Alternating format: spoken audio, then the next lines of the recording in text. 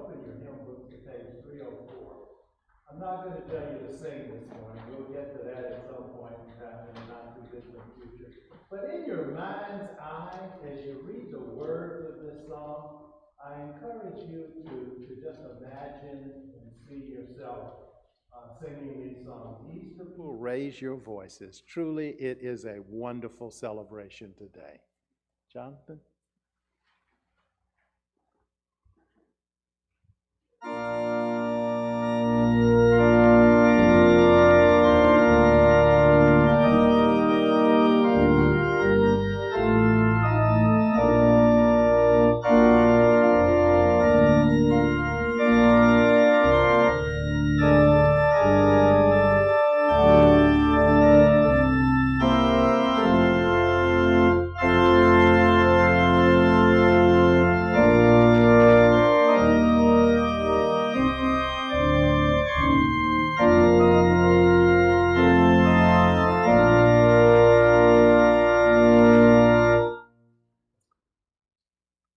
Good morning. It's my pleasure to wish each and every one of you all happy Easter.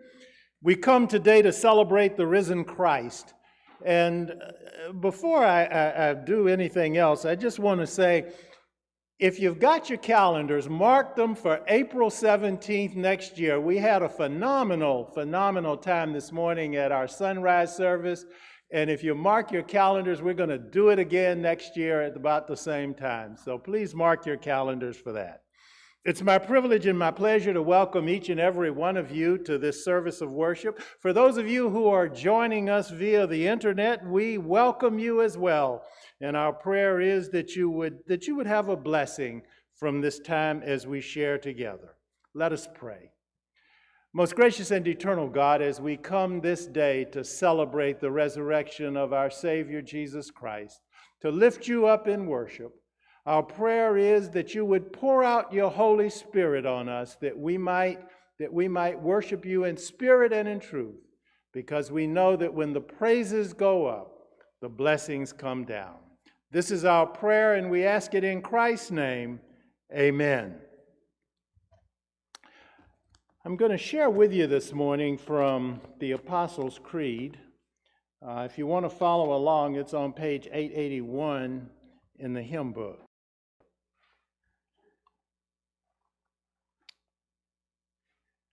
I believe in God the Father Almighty, maker of heaven and earth, and in Jesus Christ, his only Son, our Lord, who was conceived by the Holy Spirit, born of the Virgin Mary, suffered under Pontius Pilate, was crucified, dead, and buried. The third day he arose from the dead. Let me say that again. The third day he rose from the dead. He ascended into heaven and sitteth at the right hand of God the Father Almighty. From thence he shall come to judge the quick and the dead. I believe in the Holy Spirit, the Holy Catholic Church, the communion of saints, the forgiveness of sins, the resurrection of the body, and the life everlasting, Amen.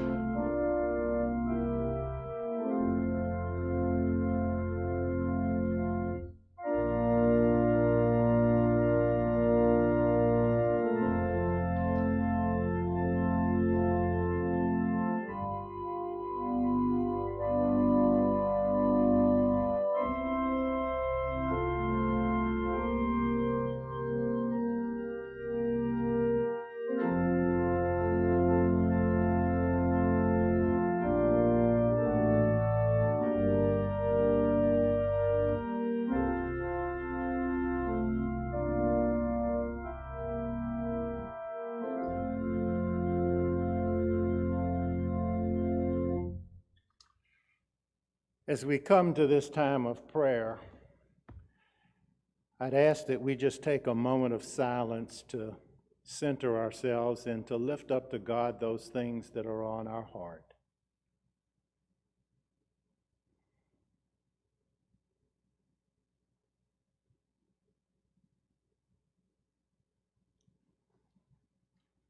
Lord God, as we come today, we come with a spirit of thanksgiving.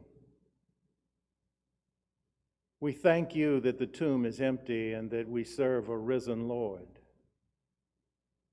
We thank you that in his own words, he has overcome the world. Lord, we thank you that you have allowed us to come to this, your house, and to worship you today together.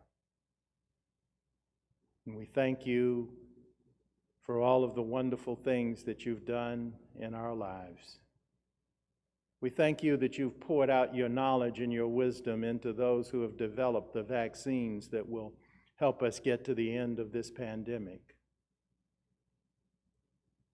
And Lord, we come with a list of petitions.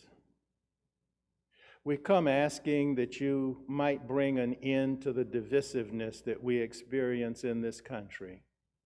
The economic divisiveness, the political divisiveness, the racial divisiveness. And Lord, that we might be the nation that you have called us to be, one nation under God. Lord, we ask that you would wrap your arms around those who have lost loved ones. Almost 600,000 to COVID, that you would wrap your arms around those families, that you would bring them comfort. And Lord, that they might be able to stand on the promise that you made, that in that day when you return, the dead in Christ shall rise. Lord, we ask that you would do the same for those who have lost loved ones to diseases and to circumstances other than COVID. And for those that are hospitalized, for those that are affected, we ask that you would touch them with your healing finger. Lord, we say thank you for those in our midst who have been healed and for those who've gotten good reports from their doctors. And Lord, we thank you for this church, this local church, and what it means in this community. Since the year 1812, it's been a beacon.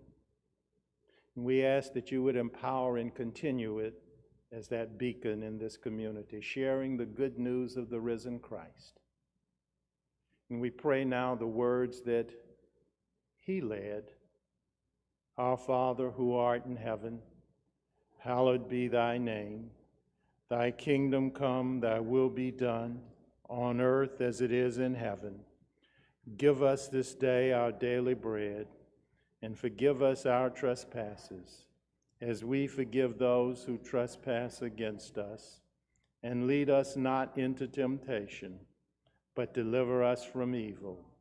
For thine is the kingdom, and the power, and the glory forever. Amen.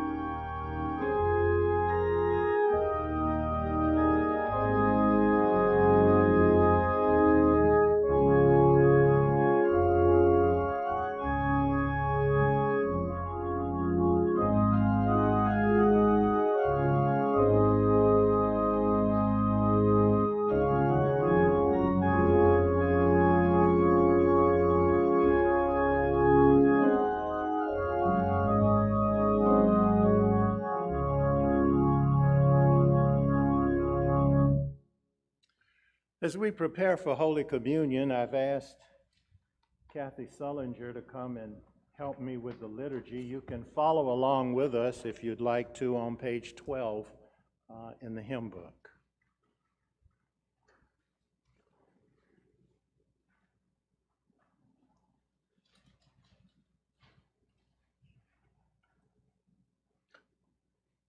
Christ our Lord invites to his table all who love him, who earnestly repent of their sin and seek to live in peace with one another. Therefore, let us confess our sin before God and one another. Merciful God, we confess that we have not loved you with our whole heart. We have failed to be an obedient church. We have not done your will. We have broken your law. We have rebelled against your love, and we have not heard the cry of the needy. Forgive us, we pray. Free us for joyful obedience through Christ Jesus our Lord. Amen. Hear the good news. Christ died for us while we were yet sinners. That proves God's love toward us. In the name of Jesus Christ, you are forgiven. In the name of Jesus Christ, you are forgiven. Glory to God. Amen. The Lord be with you. And also with you. Lift up your hearts. We lift them up to the Lord. Let us give thanks to the Lord our God. It is right to give our thanks and praise. And so, with your people on earth and all the company of heaven, we praise your name and join their unending hymn. Holy, holy, holy Lord, God of power and might, heaven and earth are full of your glory. Hosanna in the highest. Blessed is he who comes in the name of the Lord. Hosanna in the highest. Holy are you and blessed is your Son, Jesus Christ. By the baptism of his suffering, death, and resurrection, you gave birth to your church, delivered us from slavery to sin and death, and made with us a new covenant by water and the Spirit. On the night in which he gave himself up for us, he took the bread, gave thanks to you, broke the bread, gave it to his disciples, and said, "Take, eat. This is my body given for you. Do this in remembrance of me." When the supper was over, he took the cup, gave thanks to you, gave it to his disciples, and said, "Drink from this, all of you. This is my blood of the new covenant, poured out for you and for many for the forgiveness of sins. Do this as often as you drink it in remembrance of me." And so, in remembrance of these your mighty acts in Jesus Christ, we offer ourselves in praise and thanksgiving as a holy and living sacrifice, in union with Christ's offering for us as we proclaim the mystery of faith. Christ has died. Christ is risen. Christ will come again. Through your Son, Jesus Christ, with the Holy Spirit in your holy church, all honor and glory is yours, Almighty Father, now and forever. Amen. Let us pray. Pour out your Spirit on us gathered here and on these gifts of bread and wine. Make them be for us the body and blood of Christ, that we may be for the whole world the body of Christ, redeemed by his blood. By your Spirit, make us one with Christ, one with each other, and one in ministry to all the world, until Christ comes in final victory and we feast at his heavenly banquet. Through your Son, Jesus Christ, with the Holy Spirit in your holy church, all honor and glory is yours, Almighty Father, now and forever. And God's people all said, amen. Let us remember that Christ said, "This is my body given for you." Feed on him in your heart by faith and with thanksgiving. The blood of Jesus shed for you and for many for the forgiveness of sins. Drink this in remembrance that he died, and be thankful. Amen. Thank you, Kathy.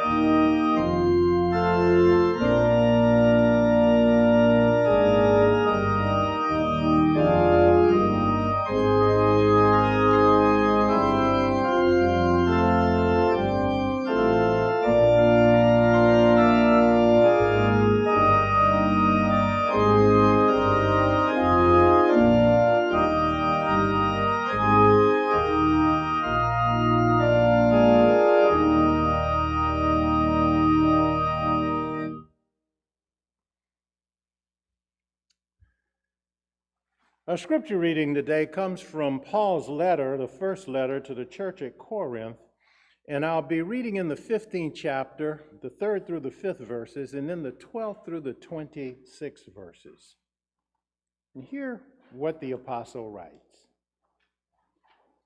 For I handed on to you as of first importance what I in turn had received, that Christ died for our sins in accordance with the Scripture, and that he was buried, and that he was raised on the third day in accordance with the Scriptures, and that he appeared to Cephas and then to the 12. Now, if Christ is proclaimed as raised from the dead, how can some of you say there is no resurrection of the dead? If there is no resurrection of the dead, then Christ has not been raised. And if Christ has not been raised, then our proclamation has been in vain, and your faith has been in vain. We are even found to be misrepresenting God, because we testified of God that he raised Christ, whom he did not raise, if it is true that the dead are not raised. For if the dead are not raised, then Christ has not been raised. If Christ has not been raised, your faith is futile, and you are still in your sins. Then those also who have died in Christ have perished. If for this life only we have hoped in Christ, we are of all people most to be pitied. But in fact, Christ has been raised from the dead, the first fruits of those who have died. For since death came through a human being, the resurrection of the dead also came through a human being. For as all die in Adam, so all will be made alive in Christ. But each in his own order. Christ the first fruits, then at his coming those who belong to Christ. Then comes the end, when he hands over the kingdom to God the Father, after he has destroyed every ruler and every authority and power. For he must reign until he has put all his enemies under his feet. The last enemy to be destroyed is death. The word of God for the people of God.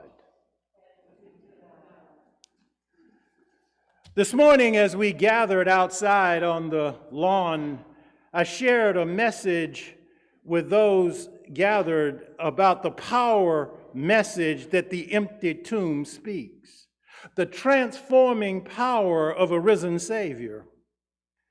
As I thought about the resurrection, it occurred to me that as Christians, perhaps our view of the cross is too big, and our view and understanding of the resurrection is too small. I submit to you this morning that the resurrection is the foundation on which the gospel stands. If there is no resurrection, then the gospel does not ring true. As Mary and I have had the opportunity to travel and visit some of the great art museums in the world, we see statues like the Pieta, Mary holding the body of Jesus. And though the painting of the Last Supper by Leonardo da Vinci is perhaps the most famous piece of Christian art, paintings of Jesus carrying the cross and hanging on the cross dominate the Christian art world. Additionally, consider that every church has a cross, every Christian church has a cross of some kind, and churches with stained glass windows like this one have images most often of Jesus standing, or Jesus carrying a lamb, or Jesus in the Garden of Gethsemane. As you think about this, ask yourself, how many times have you seen a picture of Christ standing at the empty tomb? In several denominations during the season of Lent, there is a service known as the Stations of the Cross. And these end with Christ laid in the tomb. They end on Good Friday. Jonathan likes it when I make the statement that we as Christians are not Good Friday people, but rather we are Easter Sunday morning people. So this morning, I want us to focus on the rest of the story. I want us to focus on the resurrection and the fact that it is the foundation of Christianity. I want you to consider this morning that the cross is not enough. Without the resurrection, the cross is robbed of its power. Don't get me wrong. I accept that the cross is essential to God's message of reconciliation. The scripture tells us that without the shedding of blood, there can be no forgiveness of sins. But the cross and the resurrection work together. Christ was crucified for our transgressions, and he was raised to obtain our justification that we could never earn by our own merit or by our own power. In the passage of Scripture that we shared this morning, Paul begins with the implications of what would happen if the resurrection never happened. If there is no resurrection, the sin problem still exists. Let me tell you this morning that the resurrection is the very fulcrum on which Christianity rests. It's the resurrection that separates Christianity from all the other religions of the world. I'm reminded of a tour guide that we had when traveling in Israel, and they suggested to us that there's nothing new under the sun. Paul is dealing with a group of people in this church at Corinth that want to deny the resurrection of Jesus. 2,000 years later, we live in a culture where many want to do the same. And we're not talking about just atheists and agnostics and those that would deny that. There's at least one Methodist bishop who says that the virgin birth and the resurrection never happened. If the tomb is not empty, if Christ is not risen, then our faith is futile. We might as well close the doors of this church and every other church and go home. Everything that I say will be in vain if there is no resurrection. If the tomb is not empty, then the promises of God are empty. Jesus can't deliver on his promise of going to prepare a place for us if there is no resurrection. God's promise in the book of Revelation, the only book of prophecy in the New Testament, provides a view of the place Jesus has gone to prepare. Hear what it says. Then I saw a new heaven and a new earth, for the first heaven and the first earth had passed away, and there was no longer any sea. I saw the holy city, the new Jerusalem, coming down from heaven from God, prepared as a bride beautifully dressed for her husband. And I heard a loud voice from the throne saying, "Look, God's dwelling is now among the people, and he will dwell with them. They will be his people, and God himself will be with them and be their God." The great Lion comes. He will wipe away every tear from their eyes. There will be no more death, or mourning, or crying, or pain, for the old order of things has passed away. What I want you to understand this morning is that if there is no resurrection, there will be no new heaven and there will be no new earth. If there is no resurrection, tears will continue to flow and death will continue to reign.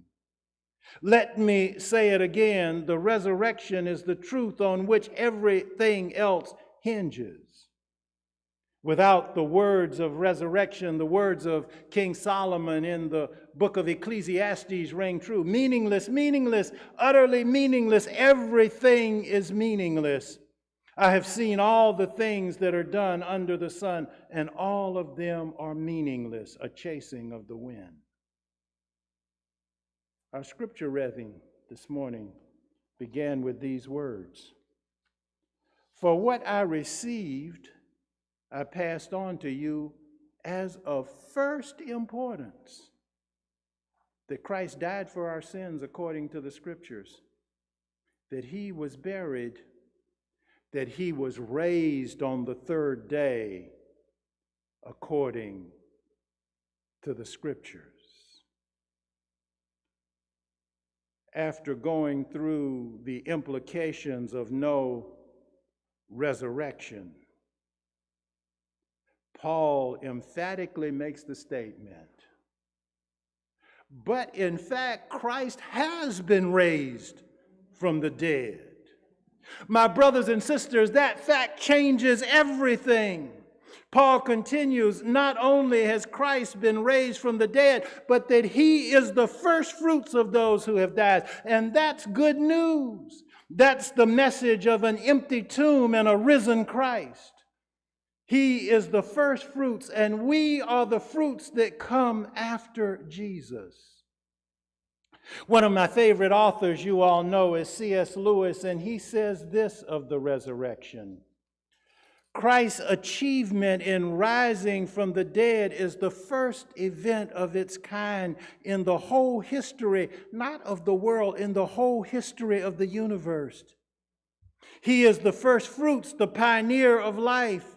He has met, fought, and beaten the king of death. Everything is different because he has done so. This is the beginning of a new creation. A new chapter in the cosmic history has opened. We all died in Adam, and Jesus Christ offers us the opportunity to be made alive in him. You see, when Jesus rose, he forced open a door that had been locked since the death of the first person. Today, we celebrate that. We celebrate the resurrection of Jesus. But let me tell you that Easter is not just a one-day experience. Easter is a perpetual experience. We should celebrate Easter every day. We should walk in the power of the resurrection each and every day. Think about it this way. The resurrection is more powerful than COVID. The resurrection is more powerful than some anarchy that we might be experiencing in our country. The same Jesus who rose from the dead gave you a spirit of power and not a spirit of fear. We live in the time between Christ's historical resurrection and his future return. We live in a time where we fight against the evil forces of sin and death. Forces that Jesus will ultimately destroy. Every ruler, every authority, and every power associated with death, associated with sin, and associated with decay. And we will experience that new heaven and that new earth. We will live in that place where death, sin, and decay don't exist anymore. Paul says it this way: the end will come when he hands over the kingdom to God the Father, and after he has destroyed all dominion, authority, and power. For he must reign until he has put all his enemies under his feet. And the last enemy to be destroyed will be death. What we celebrate today is a down payment on that promise. This morning I shared with those at the sunrise service that there's going to be that day when we will walk someplace like the cemetery next door, and every grave will be open, and every crypt will be open, and every casket will be empty, and we'll experience a great family reunion with those who have died in Christ. Tommaso Campanella, a 16th century theologian, speaking to the artists of his day, talks about the fact that They paint pictures and make statues of a dying Christ. And his words paint a picture of how our lives should be lived as we walk in the power of the resurrection. Hear what he says. Paint Christ not dead but risen, with his foot set in scorn on the split rock with which they sought to hold him down. Paint him the conqueror of death. Paint him the Lord of life. Paint him as what he is, the irresistible victor who tested the utmost and proved himself in every deed mighty to save. Christ was raised for our justification. This is the forgotten truth that we must discover. The cross is not the last word. It's not the last word. And because of that, it is not enough. The last word comes from the empty tomb. The question, why do you seek the living among the dead? And the empty tomb answers, he is not here, he is risen.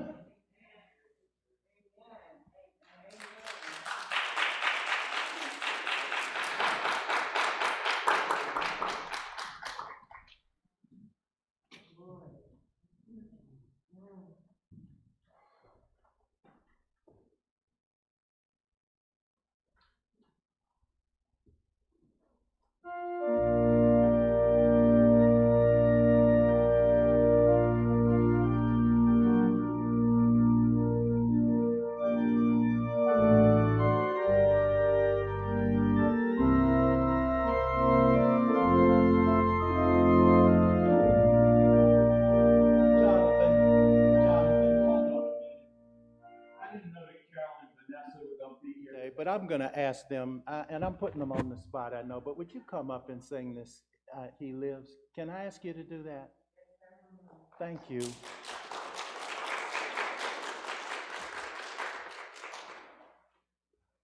You know, while they're coming, it reminds me, this is live TV. Yeah, right here. For those of you who've not been here before, Carol and Vanessa are really, really great friends, and they've got great voices. You want to grab the mic right over here? Yeah, but it's going out over the internet, so thank you. This is a special treat for me. Thank you, thank you. 1 and 3.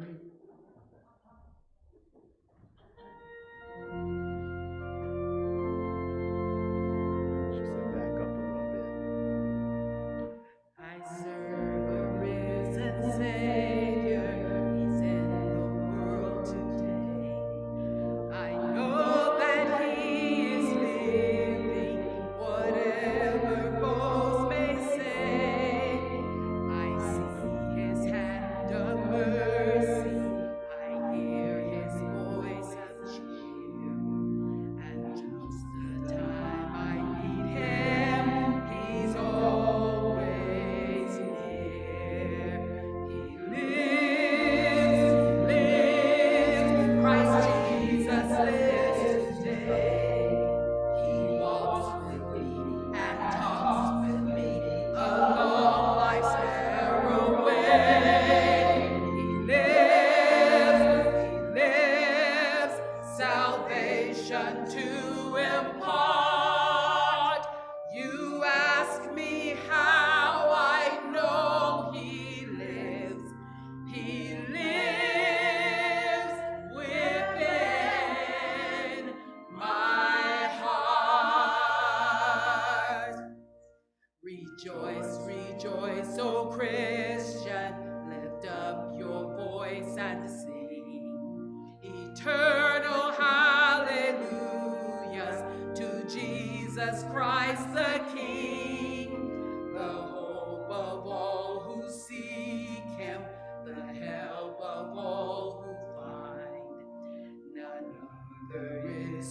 loving, so good and kind. He lives, He lives, Christ Jesus lives today.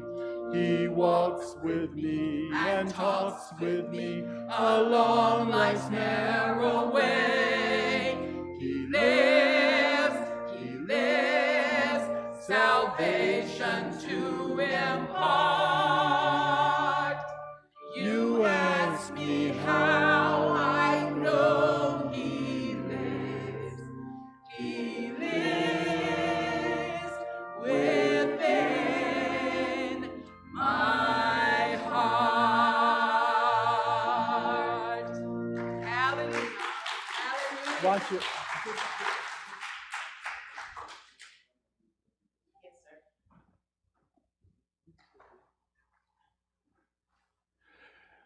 Lord God, we came into this space for a time of worship. We leave this space celebrating the risen Christ to share the good news of Jesus.